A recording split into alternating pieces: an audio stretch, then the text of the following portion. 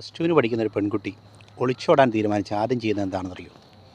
ഒന്നെങ്കിൽ അവളുടെ ബാഗിനുള്ളിൽ പോകാനുള്ള വസ്ത്രങ്ങൾ എടുത്തു വയ്ക്കും, അല്ലെങ്കിൽ കാമുകനുമൊത്ത് ഏതെങ്കിലും ടെക്സ്റ്റൈൽ ഷോപ്പിൽ കയറി റെഡിമെയ്ഡ് വസ്ത്രം ഒന്ന് തിരഞ്ഞെടുക്കും.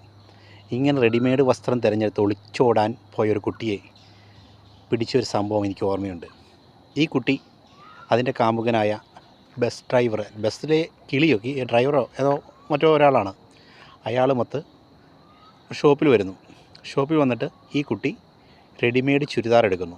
റെഡിമെയ്ഡ് ചുരിദാർ എടുത്ത് അതിൻ്റെ അളവിൽ സ്റ്റിച്ച് കട്ട് ചെയ്യാൻ വേണ്ടി കൊടുത്തു കഴിഞ്ഞിട്ട് ഈ കുട്ടി ഡ്രസ്സിങ് റൂമിൽ കയറി ഈ ഡ്രസ്സ് ചേഞ്ച് ചെയ്യാൻ ചെയ്യുന്നത്. സ്കൂൾ യൂണിഫോമിലാണ് ഈ കുട്ടി വന്നത്. അപ്പോൾ കടയിലുള്ള മറ്റുള്ളവർക്ക് സംശയം തോന്നി. കുട്ടിയെ വിളിച്ച് ചോദ്യം ചെയ്തു. കുട്ടി പറഞ്ഞു, എൻ്റെ ലവറാണ്, ഞങ്ങൾ ഞങ്ങൾ നാട് വിട്ട് പോകാൻ തീരുമാനിച്ചു എന്ന രീതിയിൽ ആ കുട്ടി സംസാരിച്ചു. കാരണം എനിക്ക് ആ ചേട്ടനെ ഇഷ്ടമാണ്, ചേട്ടൻ്റെ കൂടെ പോവുകയാണ് ഞാൻ. അപ്പോൾ കുട്ടിയുടെ വീട്ടിലറിയില്ലെന്ന് വെച്ചാൽ വീട്ടിലൊന്നും അറിയില്ല. വീട്ടിൽ നിന്ന് ഞാൻ സ്കൂളിൽ പോകാമെന്ന രീതിയിലാണ് പോകുന്നത്. വൈകുന്നേരം സ്കൂൾ വിട്ട് വന്നപ്പോൾ ആ ചേട്ടൻ്റെ കൂടെ പോകാനുള്ള പരിപാടിയാണ്. അപ്പോൾ യൂണിഫോമിൽ പോയാൽ വല്ലവർക്ക് സംശയം തോന്നി, വസ്ത്രം ഈ ഉടുപ്പ് സ്കൂൾ യൂണിഫോം കണ്ട് സംശയം തോന്നിയാൽ പിടിക്കപ്പെടുമെന്നോ ഭയന്നിട്ട് ആ കുട്ടി ടെക്സ്റ്റൈൽ കയറി യൂണിഫോം മാറ്റി പകരം റെഡിമെയ്ഡ് ഡ്രസ്സ് എടുത്തു പോകാൻ തുടങ്ങിയാണ്.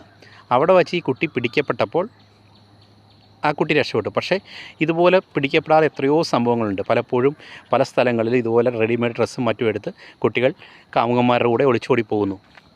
ഇതുങ്ങൾക്കൊക്കെ എന്ത് സംഭവിച്ചാലും പിന്നീട് ആരും അറിയുന്നില്ല. ഒളിച്ചോടിപ്പോയ കുട്ടി ഒളിച്ചോടിപ്പോയി. കാരണം നമ്മുടെ സമൂഹത്തിൻ്റെ ഏറ്റവും വലിയ പ്രത്യേകത എന്ന് പറഞ്ഞു കഴിഞ്ഞാൽ, ഇങ്ങനൊരു കാര്യം നടന്നാൽ, ചുറ്റുവട്ടത്ത് എന്തെങ്കിലും നടന്നാൽ അതിനെ ചോദ്യം ചെയ്യാനോ അതിനോടൊന്ന് സംസാരിക്കാനോ ഇവിടെ ആർക്കും സമയമില്ല. സമയമുണ്ടെങ്കിൽ തന്നെ ആരെങ്കിലും ചോദ്യം ചെയ്താൽ അത് അവനെതിരെ അപ്പോൾ സദാചാര പോലീസ് എന്നൊക്കെ പറഞ്ഞ് ജനം തിരിയും.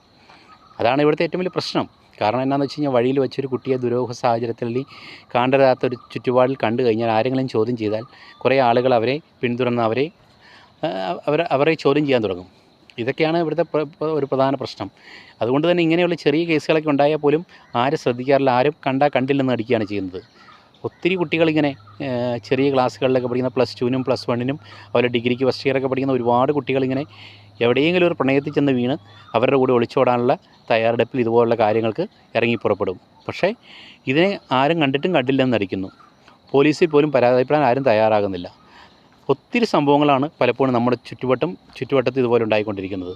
ഇങ്ങനെ ഉണ്ടാകുമ്പോൾ അതിനെതിരെ പ്രതികരിക്കാൻ ഒരു സമൂഹത്തിന് കഴിയാതെ പോകുന്നത് തന്നെയാണ് ഇതുപോലുള്ള സംഭവങ്ങൾ വീണ്ടും വീണ്ടും ആവർത്തിക്കപ്പെടാൻ കാരണമാകുന്നത്.